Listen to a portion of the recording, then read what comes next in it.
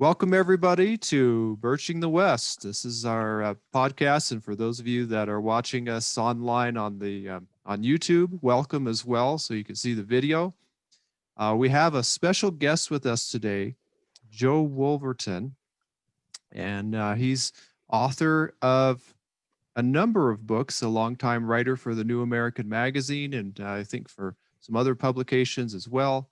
But I wanted to welcome you all and make a special welcome to Joe. So welcome, Joe.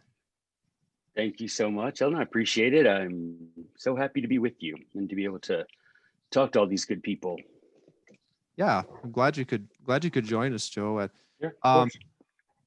so I was doing a little bit of reading up on your latest book, Hmm. and I was wondering if maybe you could tell us a little bit about this called the Founder's Recipe. Is that right? That's right. Yeah. Yeah, I'll tell you, it's one of those things. It's the book that I wanted to write, and if I never wrote another one, I would be satisfied because this book is essentially the culmination of my decades-long search to understand what made the founding fathers the men that they were. I was the first person on either side of my family to go to college. And I went to BYU and I got there and I went to I was a poli sci major and went to my class and everybody knew more than me. And I felt like a short dog in tall grass. And I went to my professor, Dick Vetterly, who's now gone on to his reward. But I went to him and I said, I love your class, Dr. Vetterly, but I'm way too ignorant to be here. And he's like, well, I can tell you're clever. So why don't you take the Federalist Papers, which I had never heard of. I Yeah, didn't know what right. the I went to school overseas, never heard of the Federalist Papers. And he's like, why don't you go take the index and take some index cards? Because this was in the days before the internet. And he's like, write down every name from the index in the Federalist Papers that you don't know what that thing is. Okay. There, there were fewer names that I did know what they were. And Yeah. so I just went and made the list. I took them to Dr. Vetterly. He's like, now go to the library and teach yourself what these things are. And I did. And as I started to do Wow. it, I would come and report to him. And there were lots of these things that he didn't know. And so the Oh, Federalist Papers led me to the anti-Federalists, right. which led me to the other Federalists who weren't like the official three guys, and then Mm. all of these things. And I just would go to the index like he taught me, write down the names, and then go and research it. And eventually it led me to this list of 37 men most often quoted by the founding generation. And I took that to Dr. Okay. Vetterly and another professor, and I said, how this is the list. How many of these people do you guys know? And Dr. Vetterly and the other professor, he was like, they were both, man, out of that list of 37 people that we could confidently speak about, 10, maybe a dozen at a Mm. push. And so I thought, whoa, that seems more than just the passage of time or accidental. And so I started researching these guys and I found out very quickly the reason that government was so insistent on obtaining and maintaining control over the educational curriculum was to make sure that American children never read these books again. Because Mm. if we read what our founders read, there's a chance we do what our founders did and throw off the yoke of tyranny at the point of a gun if need be. But if we never Mm. read these things, you don't. It's like you don't have to burn a book; just keep it from being read. And so these Right. things were erased, completely erased from our cultural memory.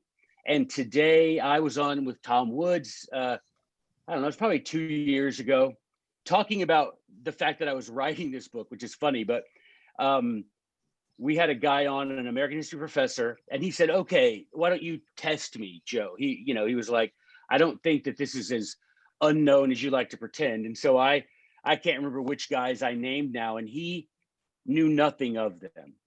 Uh, a couple of them, a couple of them he could say, well, I sort of know something about them, but nothing with any fluency. And so I recognize that, yeah, this was by design. And when you read these guys, so what I did in Founder's Recipe is, my idea was, if you have the right ingredients, you can, if you go and you taste this delicious cake, you find the recipe for the cake, you put in the right ingredients at the right amount, at the right temperature for the right time, and you'll get a cake that's somewhat similar to that cake that you love. And so my idea Right. was, we've been teaching kids these things and telling them it's American history, and it isn't. And we've been substituting salt for sugar and wondering why the cake ain't sweet. And so I called it, I like that. and I called it Founder's Recipe for that reason. If we take the ingredients, the 37 ingredients in this book, put them back into our heads, then maybe we can teach this next generation from the cradle. For the first time in 250 years, we can have a generation raised from the cradle with this level of understanding of the sacredness of liberty. I, the Lord God, made you free, and you are free indeed. And then the most powerful word in the scriptures, nevertheless, when the wicked rule, the people mourn.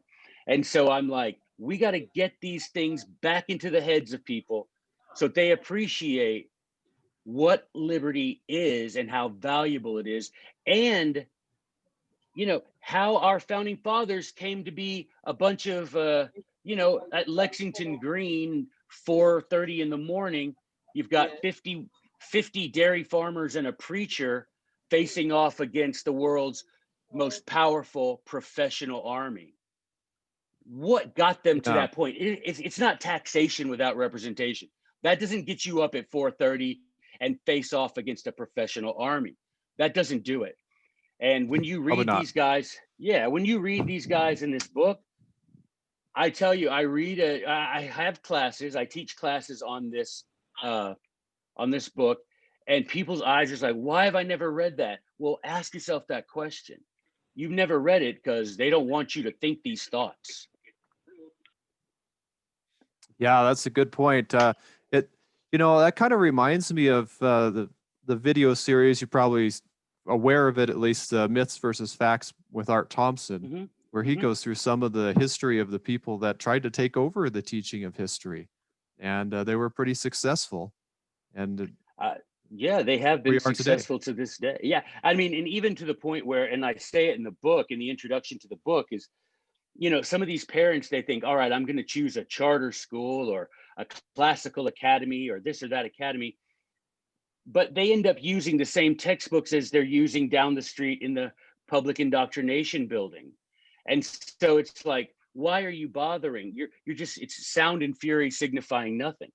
And so we've got to get Mm. into the hands, and that's the goal, is to get into the hands of these parents. And now when and truthfully, the sort of sweet spot that I'm aiming for are these kids that are a couple of years from having their children. Get these Yeah. things in their heads so that when those babies are born, they know, just like our founding fathers knew from the cradle, that God made you free. If someone tries to take that freedom, they're placing themselves above God, and you have a sacred obligation to serve no one but God.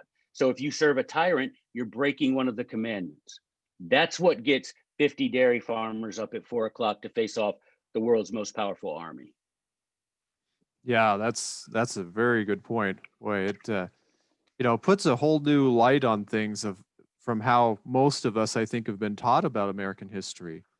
And Yeah, I had a woeful founders. education, and I went to good schools, but like I said, if I ever heard the words Federalist Papers, I'm going to give credit. I'm going to give, the benefit of the doubt to my teachers, but I certainly never remember hearing about it, because when I got in college, I was like, I don't know what that even is. What's a Federalist?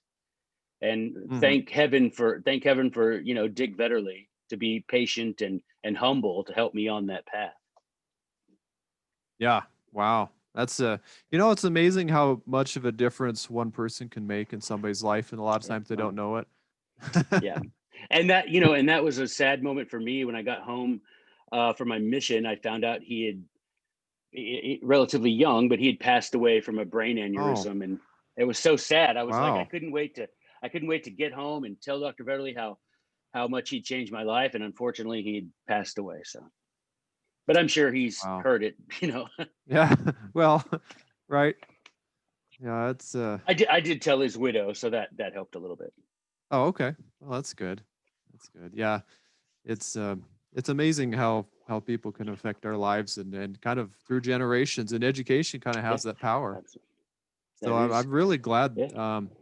I, you know, be neat to have a. Can you tell us just briefly how can a person get a copy of the book, or what? Amazon's the best way. All of my books are on Amazon. You can just put my name in, or the title of this one is The Founder's Recipe, and it's the first thing that comes up. It's available on Kindle, and the paperback version is this. I wanted to make it attractive so that people would be, inclined to actually read it. So Oh, I I made it to look like a recipe book. So you've got the picture of the meal here, yeah. and then over here you've got your ingredients and everything. And so try to make it look attractive, and it's shiny paper, and it's got built-in blank lines for you to put your notes, because the idea is that you Oh, don't just okay. read the stuff. You don't just read it. You write down the things that you feel in your mind when you ponder it. That's something that the founders talk about all the time that I don't think we really do much, is take the time to ponder, which is Latin for weigh, right? You take it and you weigh it and you say, what does this mean to me? Why do I care what happened 1,000 years ago, right? And you can figure out why if you ponder the context and the possible implications for your own time and that sort of thing. So yeah, that's on Amazon. The book I wrote before about Make America States Again is on Amazon as well, and that's on Kindle and paperback. And my first book, The Biography of Madison, is only available at the National Center for Constitutional Studies. They bought up the rest of the inventory, so now they have Oh, that I mean, I think though the JBS bookstore has a few left as well, but maybe not. I yeah. don't know. Oh, yeah. They do. What I do with I really like the book on James Madison, the Real James Madison. Yeah. And that book, what I do is anytime somebody signs up for a continuing support club for the John Birch Society, so the Madison Club is $30 a month, and if they want to do that, um, it's not part of what the headquarters sends somebody, but I just felt like this is a good thing. If I have it on hand, I can give it to them, or I can drop ship it to them, and it really people are like, oh, this is really neat, and they get an actual book about James Madison and part of the James Madison Club. So it Yeah, makes it fun. I remember you telling me that. I was really touched by that, because it's one of those things, that book. Um, there are things in there. I was motivated by something that Madison wrote in his own autobiography, which, if you can believe it or not, it's about 18 pages. And you've got Mm, someone like Kim Kardashian has 2 volumes of her autobiography. And James Madison said, yeah, I don't James Madison's like, I haven't done anything really noteworthy. But anyway, yeah. he said the best way to tell a man's story is to tell it in the man's own words. And so I just dug deep, man, and I found things that Madison had written and things that he said that, again, had been purposefully taken out, even from the modern, if you will, conservative biographies of Madison. There's some things that Madison wrote that goes against conservative incorporated, and so Mm. when you put those words back in that book, people are just surprised at some of the things that are included. And of course, it's one of those things. It's not my interpretation of what he said. It's his own words that just haven't been published in a biography of Madison since the late 1890s. Can you now you got my curiosity. Can you give the audience a little teaser of what A teaser. Yeah, you know he talks get the about book? he talks about property in a way that is very much against the notion of property today, even amongst most conservative. His idea is, look, property is it. Property is the great, is the thing that makes a man free, is having an acre that over which he is the Lord, so to speak. Um, and he says, and the greatest property that could ever be possessed by mankind is his mind. And once you start messing with a man's mind, if you can get control of that property, he'll eventually give you control of anything he owns. And we've seen Mm, that today. yeah. Well, that's Immigration. really insightful. Yeah, immigration's another one which I put in there on purpose. He wrote these essays.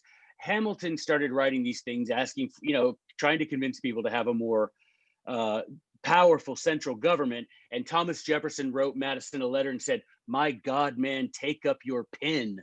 And so Madison, ever the dutiful best friend of Thomas Jefferson, took up his pen and just excoriated Hamilton.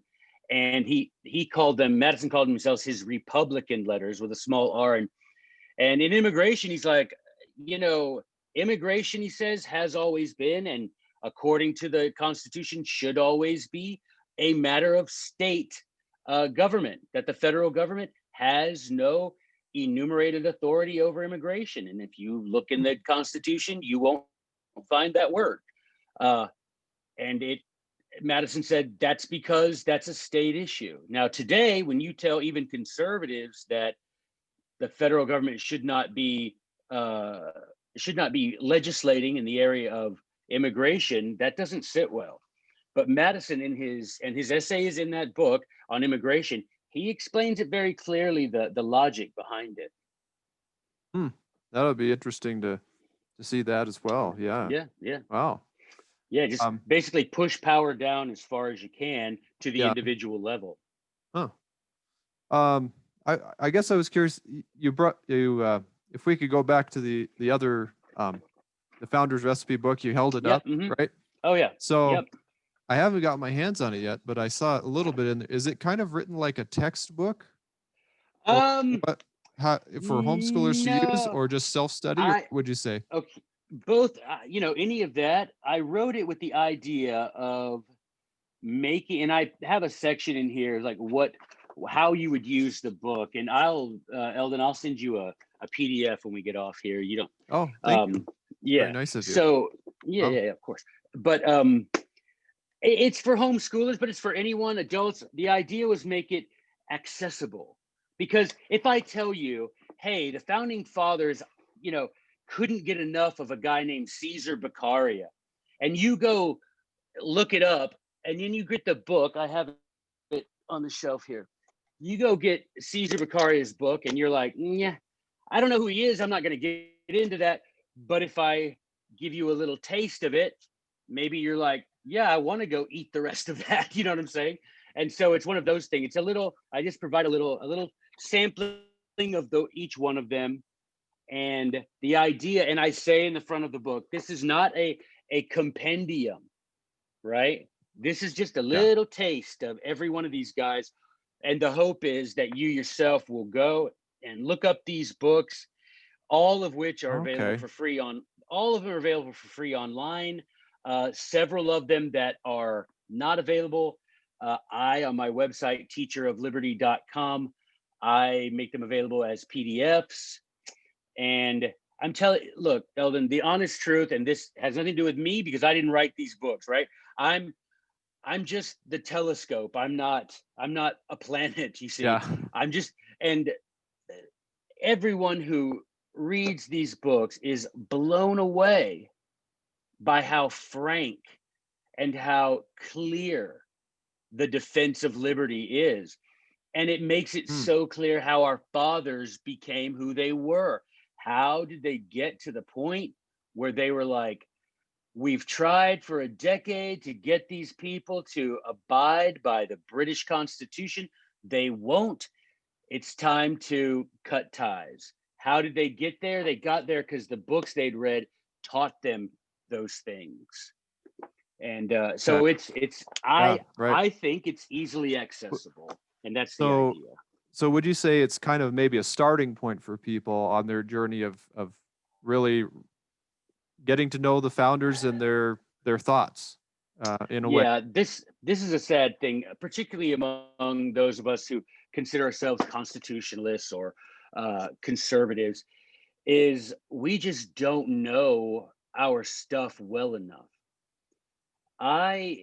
It's amazing to me still that when I will quote some of these things on Facebook or Instagram, people are like, "Where did you get that? Who is that guy?" And it's still amazing to me. And I'm like, you know, take this book, even if I'm thinking of any of these guys. If all you ever read of, I don't know, just pull up something that comes up random. William Robertson, yeah. If all you ever read of William Robertson is what I have in this book, which is like, 2 pages from one of his things that the founders read all the time, that's better than never having read any of William Robertson. Sure. And the idea, and that's okay, because I recognize that we all have different missions, different talents and gifts, and bring all of that stuff. But it is helpful. It's like Jefferson said, if you want to be ignorant and free, you want what never was and what never will be. And so the idea is, and like Madison said, the only true and sure guardian of liberty is the diffusion of knowledge. So my idea is, yeah, if you go and you're like, hey, I read Algernon Sydney in Founder's Recipe, and I'm going to go read the 700 pages of discourses that Thomas Jefferson said, if you haven't read he said, if you haven't read discourses, you don't understand the American Revolution. But you've got a lot of people who think they know all about it, and you read discourses, and your mind is like, and maybe you will do that, but maybe you only read the 5 pages of the selections, or 4, whatever I have in the book. And that's better than none, And that's the way I look at it. It's like, if this is your launching pad to reading all of them, that's so good. If this is the sum total of what you know of them, that's better than knowing nothing about them. You'll be a better advocate for liberty, having read even the 300 pages or of actual selections. There's probably only, I don't know, 120 pages. The rest is your blank line journal pages, and then my introduction and that sort of thing. Yeah, I imagine the average, well, considering how we have a growing populace that seems to think Bernie Sanders and those types of people are, really exciting and with new, wonderful ideas. Probably the most of our population is pretty far away from what you got in the book. Yeah, and the thing that I'm always most pleased about is how excited people get when they read it, to read something that's not same old, something when they read it, it really fires them up. If you want, I can share with you. I put a little thing together. If you want, I can show you on the screen of I just took literally just at random. I think it was like 5 different quotes out of the book from these guys. And if you want, I will show you that and talk over it, if that's okay. Okay, sure. All right. Well, let's do that. Grab this. Let me grab this here. All right. Can you guys all see that? That's at the top. It says Abbé Guillaume Reynal. I see it. Everybody else? Thumbs up. I hope y'all can see it. Yeah, thumbs up. Okay, because I can't see you guys when I'm looking at the screen. So, all right. So this is a guy. Yep, Abbé means father in French. He was a priest. Guillaume is French for William. So this is a guy, man. The founding fathers loved this guy, and he loved the American sense of liberty. So I put one of his quotes: "Forget not that the lever of power has no other fulcrum than opinion, that the power of those who govern is, in reality, but the power of those who suffer government. Remind not people attentively occupied by their labors or sleeping in their chains to lift up their eyes to truth too terrible for you. And while they are obeying, bring not to their remembrance their right to command." So he's saying this ironically, right? He's saying this is how the tyrant acts. But then he says this part, which is a couple of sentences that everybody just gets so fired up, including me. "When the moment of this fearful rousing shall arrive, when they shall have thought in earnest that they are not made for their magistrates, but their magistrates are made for them, when they shall once have been able to bring themselves together, to feel the communication of kindred minds, and to pronounce with a voice unanimous, We will not have this law. Its practice is offensive. And I tell people, man, if I could ever write a book, another book after this generation has come that will no more suffer these things, I want to call that book This Fearful Rousing, because I cannot wait until the day that we have this generation of Americans who make the tyrants fear for their lives again. And, that'll be a great day. And so next is Trenchard and Gordon. Now, Trenchard and Gordon, John Trenchard and Thomas Gordon, I'm going to tell you this, these guys are straight fire. They do nothing but spit the truth from page 1 to the end. And these guys wrote about 10 years before the founders were born. So these are the things that our founding grandparents, so to speak, were teaching our founding fathers from the cradle. And so here's a little Trenchard and Gordon. These are two guys, John Trenchard, Thomas Gordon. They wrote a thing called Cato's Letters, not Cato the Anti-Federalist. This is in the 1720s. Here we go. If we read the stories of the most celebrated heroes of antiquity, men of whom the present world is not worthy, and consider the actions that gained them their highest reverence and renown, and recommended their names to posterity with the most advantage, we shall find those in the first rank of glory who have resisted, destroyed, or expelled tyrants and usurpers, the pests, the burdens, and the butchers of mankind. What can be more meritorious? What more beneficent to the world than the saving of millions of men at the expense of one grand murderer, one merciless and universal plunderer? And can there be any better or other reason given for the killing of any guilty man but the preserving of the innocent? Indeed, an action so glorious to those that did it, and so benevolent and advantageous to those for whom it was done, could never have been censured in the world if there had not lived in all ages abject flatterers, servile creatures of power, always prepared to sanctify and abet any of the most enormous wickedness if it were gainful. And these are they who have often misled good men in the worst prejudices. Now, if you're a 9-year-old James Madison reading that, and George II, you're 9 years old, and George II decides he's going to issue absolute writs of assistance, allowing the British Army to come into your private home without a warrant, I think a 9-year-old James Madison going to keep that little Trenchard and Gordon tucked away. And when he turns 20, King George III better realize that fearful rousing has begun. Yes. I mean, okay, then we got a guy, Emmer de Vattel, a Swiss guy. Man, you if you want to understand the Constitution and federalism, you read Emmer de Vattel. So he said, when a magistrate, without any apparent reason, attempts to deprive us of life or of those things, the loss of which would render life irksome, who can dispute our right to resist him?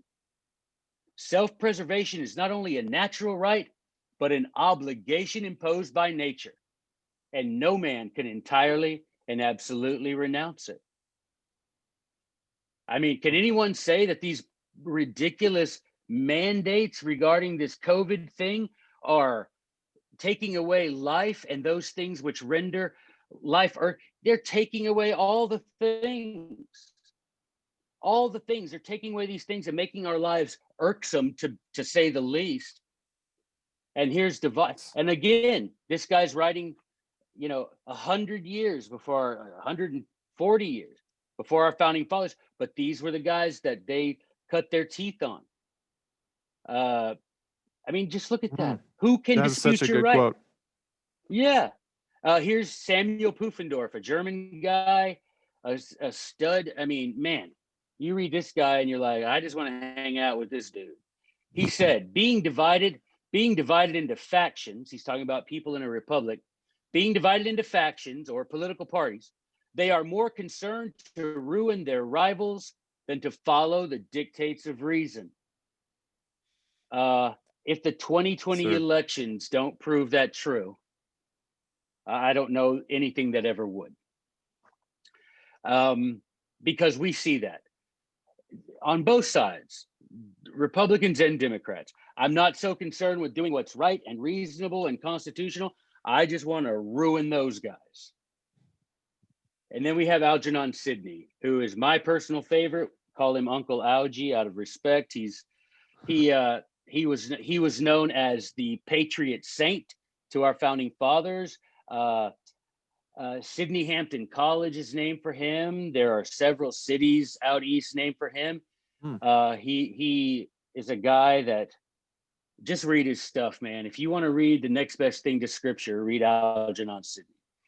And he said, he that without law brings a people under his power, I look on as a tyrant, thief, public enemy, against whom every man is a soldier. Yeah. I mean, Mike, push the podium over, hard. walk away. That, as the kids say, Mike that drop. hits different. If they had mics back then. Yeah, Sydney would just push the podium over and say, do your worst, you know. Yeah. And so I'll show you real quick. Quick, guys. Just while I have the thing, I'll show you the list of the guys. I brought it up. So let's see. Great. Yeah, so here we have the most often quoted guy is St. Paul from the Bible. Second is Montesquieu.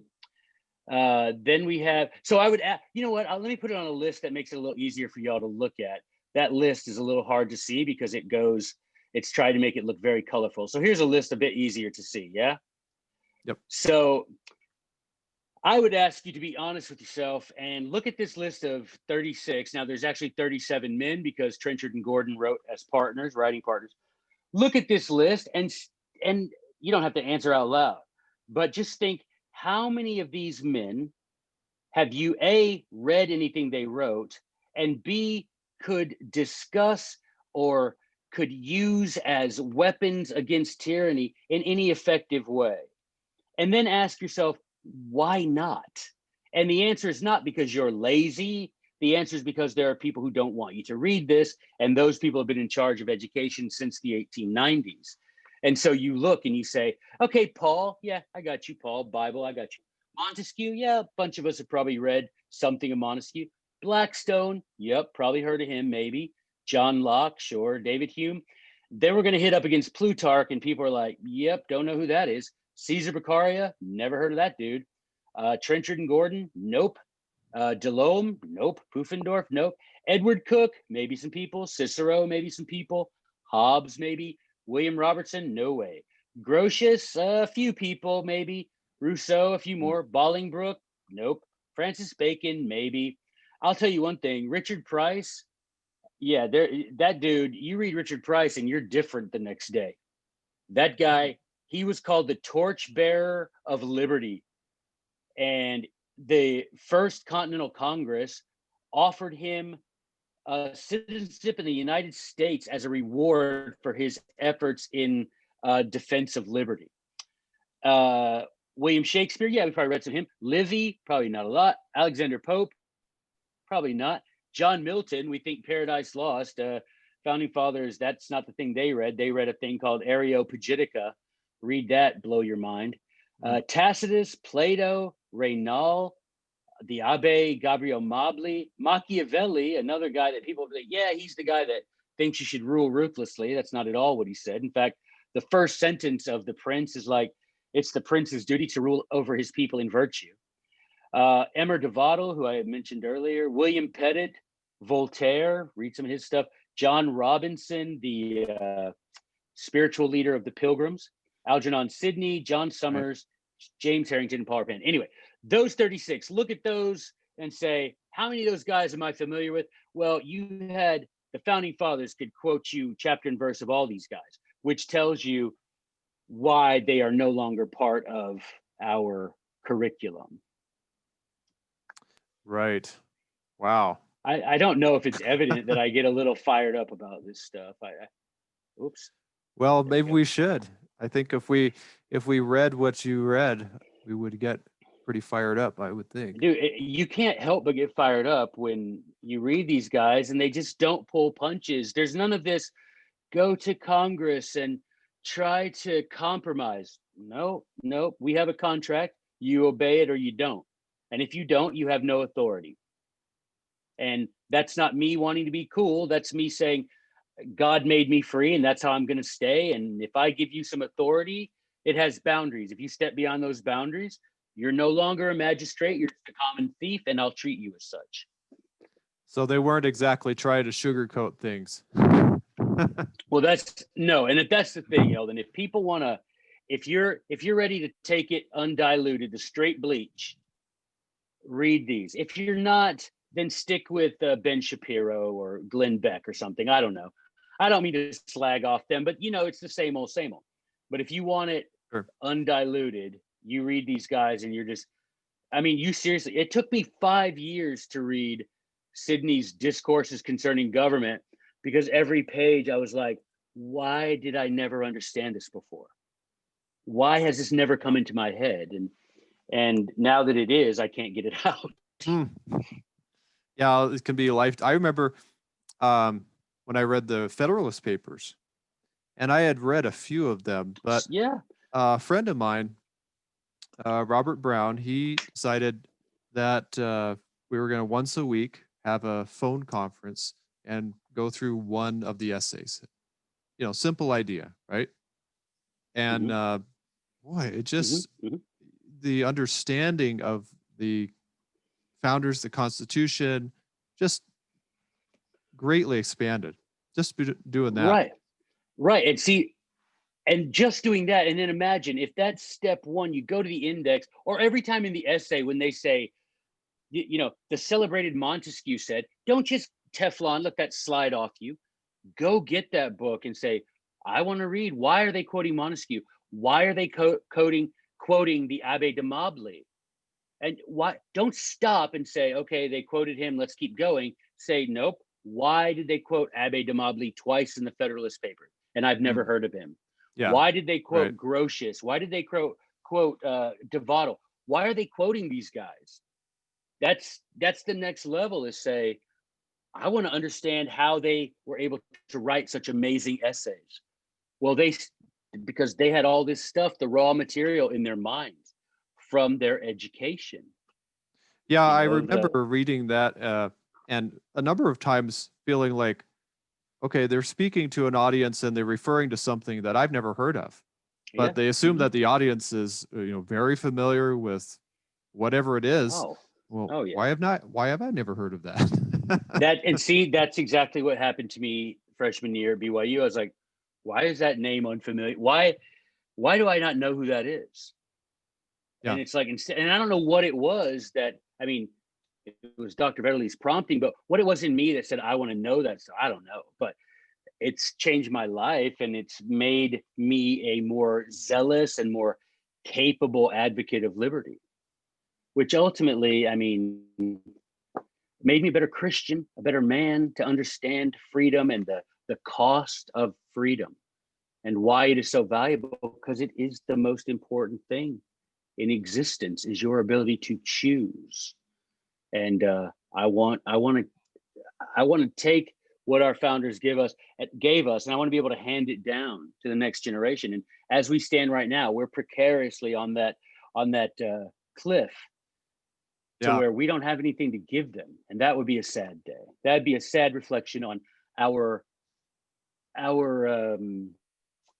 comfort with mediocrity. Definitely. It's like our tacit agreement of mediocrity, as a wiser man once said. Definitely. Well, we're about 40 minutes into it. Were you okay with taking questions from the audience? Yep. Those at this point? Yes, sir. That's my favorite part of all of it. Okay. I think if you have a question, you can go ahead and unmute your microphone, but please don't everybody unmute at once because the background noise. But see if we can do that. See if we can get somebody. I can unmute everybody at once. People are like, this dude's been talking enough already. Yeah, Well, right. let's see. Okay. Oh, there we go. I, We got somebody. I love this. So I'm really into the classics, and I always love finding a new list of classics to read.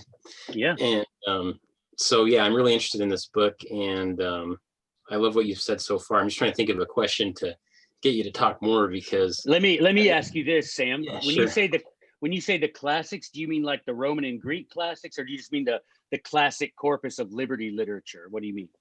Oh, I mean just in general, like of all time. So stretching Okay, I from got you. antiquity to the present. I got you. Okay. Whether philosophy or novels.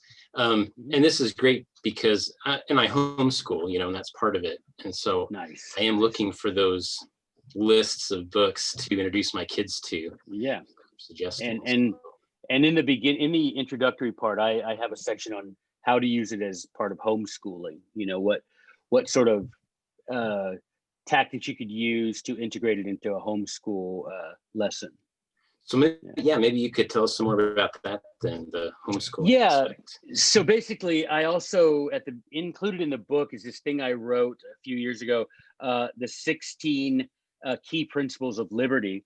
And what I do is I give these principles culled from the writings of the founders, and then I give in each one an example from the writings of the founders, and then an example from the writings of the guys the founders read. So you won't be able to see it very well, but it's like that. You'll have a principle, you'll have a short restatement, and then you'll have a selection from support from the founders and support from things the founders read. And I have that, and I have an entire section on how the founding fathers were educated themselves. I have a section on that, and it gives, and then I say, okay, here's how to take these lessons and use, or if you want to use the 16 principles as ways to inspect, to approach the writings. Like, tell your kids, which is something I do in the class that I teach, is I say, okay, yeah, we see this from Sydney. Where can we find any of the 16 principles in it? And then that gives them sort of an exercise to do that isn't busy work or senseless.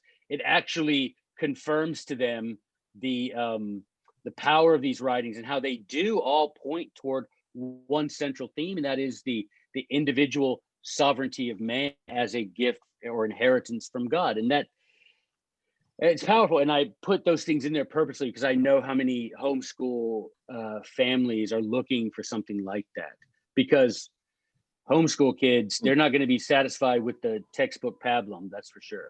Right. Yeah. Yeah, of course not. Yeah. Great. And you said that these are listed in order of how often they're cited in the Federalist Papers. Nice. Right. Not in the Federalist Papers. I took the original 15,000 documents that were studied, and then with the power of the internet, I added about 85,000 extra documents. And now the thing is, there's about 220 men that I consider founding fathers: the First and Second Continental Congress, the Constitutional Convention, the ratification conventions, that sort of thing. But if you want to take the varsity squad of founders, right? If you want to take those guys whose names come right to the top of your head, Madison, Washington, Jefferson, Hamilton, Adams, those guys, the numbers will change a little bit. And I talk about that in the book because those guys had a corpus of guys. And I'm actually making a sort of supplement to this book right now, which is the varsity squad guys. What did they read? So that if you only have time to read 10 of these instead of 36, I want you to have the 10 guys that are just going to punch you in the face with every word, right? And so that's a supplement that's coming out. It's I don't know, relatively soon. Nice. Do you have a name for it? No, I don't. If you could think of one, I don't actually. I've had about 30 names for it, and none of them ever sound right. But if you have one, send it along. I'd be happy to give you credit. Hi, your topic is very interesting to me, especially when it comes to history. A lot of schools are not teaching history, and if they are teaching history, it's called revisionist history, where they take what we've been through, twist it, and give it to our kids, and our kids believe that. Myself, I want to get into the schools and teach the Constitution, because you have college kids who can't tell you about the founding fathers. Everybody, if you ask them, they say, yes, a bunch of white guys who are all slave owners. That's all they can tell you, but they can't tell you nothing of significance. So I've gathered some motivation from you this morning where I'm at anyway. So thank you for that. I appreciate that. That's ultimately what I ended up doing. I was traveling around for the 10th Amendment Center giving speeches, and some guy was at a speech I gave in St. Louis, and he said, hey, I own a chain of charter schools. Would you like to come teach whatever you just did, do it to high school kids? And I did. And man, day one, it was some sort of renaissance, because like you said, they'd never heard these things before. Right. And parents were so happy, because they're like, finally. And that's not me saying, look how cool Joey is. That ain't what it's about. What it's about is, I was just saying, here you go. I want y'all to have the undiluted truth that made the founders who they were. And boy, these kids, man, I'm going to tell you, these kids, and I encourage you to follow that motivation, sir, follow that dream and do that, because the more Sydney himself, Algernon Sydney, said that the way in his book, where is it, Joey? Oh, here, Court Maxims, a little book that Sydney wrote, that you can get on my website in PDF form. This is the only place that publishes besides me, and they charge $80 for this thing. And I guess it's because of the scarcity. But anyway, I can't. What's his name? Willie. In Court Maxims, Sydney says, one of the ways to save a republic, or as he calls it, a commonwealth, one of the ways to save it is to have a multiplicity of teachers of the truth. And man, once I read that in Court Maxims, that was my mantra. I don't want to be seen as some sort of, ooh, I've got it all, and if you pay me, I'll tell you. I don't want to see that. I want to I want to be Johnny Appleseed, man. I want to just spread this stuff. And you, Willie, you take your guys and teach them. I'll take my guys. Sam, y'all all do the thing. And if we do it enough, we'll be like he said, and we'll restore the Commonwealth through all these little bonfires of liberty that we start. That's true. Thank you. Yes, sir. Hi, this is Craig from Las Vegas. Hey, Craig from Las Vegas. Hi, I wanted to find out from you, Joe, if you had considered this latest executive order, the 1776 Commission that the President signed on November 2nd, if you had considered trying to get this latest book out to them or some of their representatives to the commission or whatever, to be one of the resources to be taught in schools. You know what? Such a thing never had occurred to me, to be honest, Craig. That's a brilliant idea, and I'm actually writing that down. So I was telling Eldon earlier, I'm like, these question answers end up being much more productive than me just, quoting wiser people than I. So no, I hadn't thought about that, but I'm thinking about it now. Well, that's great. I just ran across that EO and was so stunned by it that it couldn't have been written any better by a Bircher, I think, with what they want to do, bring the teaching in the schools and Americans back to our founding principles. So, but I appreciate your words today. It's been great. Thank you. I appreciate it, Craig. Yeah, that's a great idea. I mean, it's one of those things. It's adults typically read it, and as adults, we've got lots of things that we're responsible for and busy doing. But you give these kids, they go in my classroom when I taught in a brick and mortar school. When I would sit there and these kids would come in, they would be ready for history class, and they were like, "Do not care. I don't care what day Columbus sailed the ocean blue. I don't care what day Battle of Bunker Hill was fought. Don't care." But I would get in there, and my first thing that I always say to them is, all right, first thing you got to know about me is I hate school as much as you do. And I hate it. I hate it because most time you're not learning anything. I said, so here's the deal with me. We're going to treat each other like equals. You're not children. You're old enough to know what's good and bad for you. I'm going to put out a buffet of history. You eat it, don't eat it. That's not my business. I'm not going to spoon feed you, but here's this buffet and you can go home full every day. And once those kids realize that I'm putting it on them, and once they realize that when they get up to the buffet and they start eating some of this stuff, it's not the same old that they've been eating for years. Liberty Fund, the group that prints, thank heaven for Liberty Fund. Seriously, they print most of these guys' books, and they are a shoestring budget, but they are doing the Lord's work. And when they contacted me and they said, Joe, we're getting all of these orders for books from Arizona.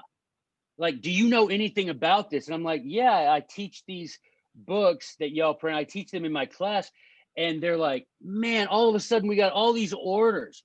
And so as a thank you to me, they sent me every book they publish. Like I came home and my front door was covered in I couldn't see my door. And I called them and I'm like, hey, I'm not paying for this. Nope. And they're like, nope, that's just our way of saying thank you for getting this message out. And man, the kids, I'm not going to lie, I kept them in the box, took them to school, brought them to my classroom, had the kids go through it with me. They were all just crying. They could not believe that someone out there, a company, cared enough about them and enough about freedom to give them this, opportunity. And that's the stuff that happens. That's the stuff that happens when you stop doing things the same old way that they've been done. And what you end up finding out is people think that this method is revolutionary. No, it's restitutionary. It's a restorational. All I'm doing is bringing back stuff that's so old, it's been forgotten, and it's so old people think it's new. And it isn't. And that's why in that book, I have that whole little chapter about how the founding fathers, what school was like for them. And you read it and you're like, okay, what you're doing is not that revolutionary at all. So Joe, do you teach this class? When you go into the classroom, do you teach it like a seminar, or is it a curriculum formatted lecture you give? Yep, I do it for a curriculum formatted. Now, when I was in a brick and mortar school, we had a class. Now, think about this, Willie. This is the thing that'll tell you the power of this material. Is the people at the charter school did not want to make it a history credit because they were afraid that, I don't know, it's a long story. So they said, Joe, the best we're going to do for you is we're going to make it a what do you call it? What is it when you elective? Who said, yeah, elective? Craig, thank you, man. I forgot the word. They said, we'll make it an elective, but they said, beware, you're going to be asking the kids to be reading these books instead of going to dance class or going to choir or going to basketball or whatever. And they said, we're not going to let you hold the class unless you get 14 people signed up. We had 90 people sign up. Wow. I thought they said that we weren't going to let you teach the class because we were teaching the 1619 project instead. Yeah, now, fortunately, no, it wasn't that bad. But they didn't think they'd get 14, and I had to cut 30 of them out because I only had time in the day to teach 2. So Willie, I teach it the same way now, although I only teach it to homeschoolers, to co-ops, right? I go into the homes of these families and teach it, but it's basically a semester. And I just go through methodically through the book and teach a little bit of each of these guys. And if you look at the front of the book, I explain how I do that so that if you yourself want to take the book, go and do thou likewise. I don't want credit. I don't care. Just I explain in the front of the book, here's how I do it. Here's how it's been successful. And if you're like Ford and you have a better idea, do it, man. Do it. I don't care. But I do explain in the beginning of the book how to sort of organize it as a series of lectures. And let me tell you, man, I'm going to tell you, these kids, the other day I had the greatest compliment. What is today? Tuesday? Yesterday, I had the greatest compliment I ever had from a student. We were walking out and she said, I think every time we meet, so we meet every Monday for 2 hours. She's like, I think these 2 hours that we meet every Monday is the worst part of the devil's week. And I'm like, I hope so, man. I hope he really hates it, that we're sitting here with 14-year-olds talking about liberty. It's true. I guarantee that. I guarantee that son of a gun doesn't like that much. But yeah, take it and do it, man. Take it. That would be a great thing, Willie, if you could take that and do your thing.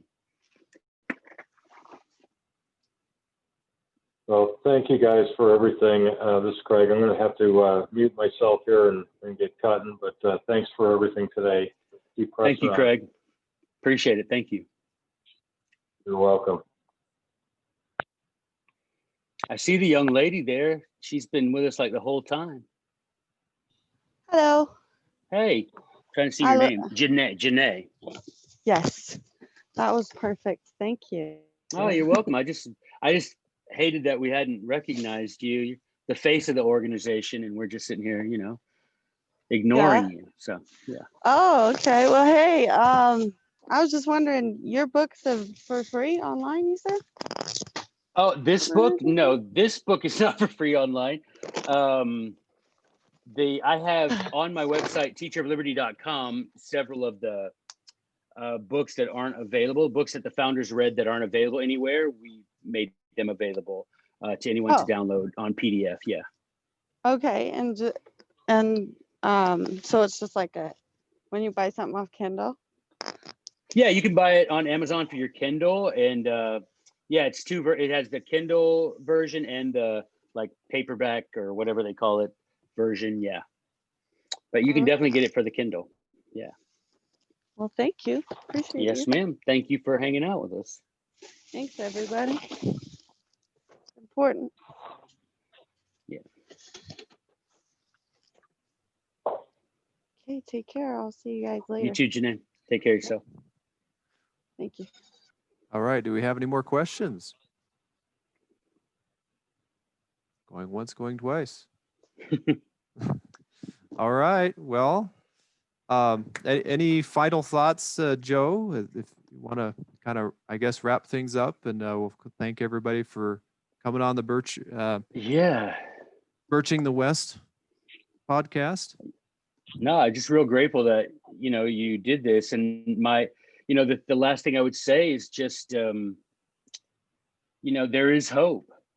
I think so often we see such dire predictions, and there is hope, though. There is hope that if we can get these things, if we can get this next generation of kids to read the things our founders read, I know that they will do the things our founders did and throw off the tyranny of an all-powerful central government. And so that's the goal. Ultimately, selling books doesn't do much for me, but having a generation of kids rise up who will bring that fearful rousing, as Raynal calls it, that will mean something to me. Well, that's a wonderful thought to end on, and I hope that we can, share this with as many as possible. I'll be, of course, uploading this to the podcast, to my YouTube channel for those that want to watch the video version of it, and we can share it with whoever wants to see it or hear it. And hopefully, we'll get some folks that are wanting to share what you have to share with us. I thank you so much for taking the time to put together this book and talk about it. And thank you for caring. I mean, it's one of those things. The fact that anybody wants to hear about it is amazing.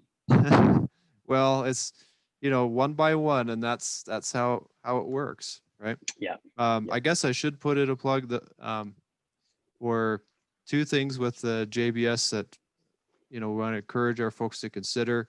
Up to December 4th, we have the gift subscriptions. So if those of you that want to give somebody a gift subscription for the New American, it's $49 for the first and $29 for each additional gift subscription. So that's a great deal.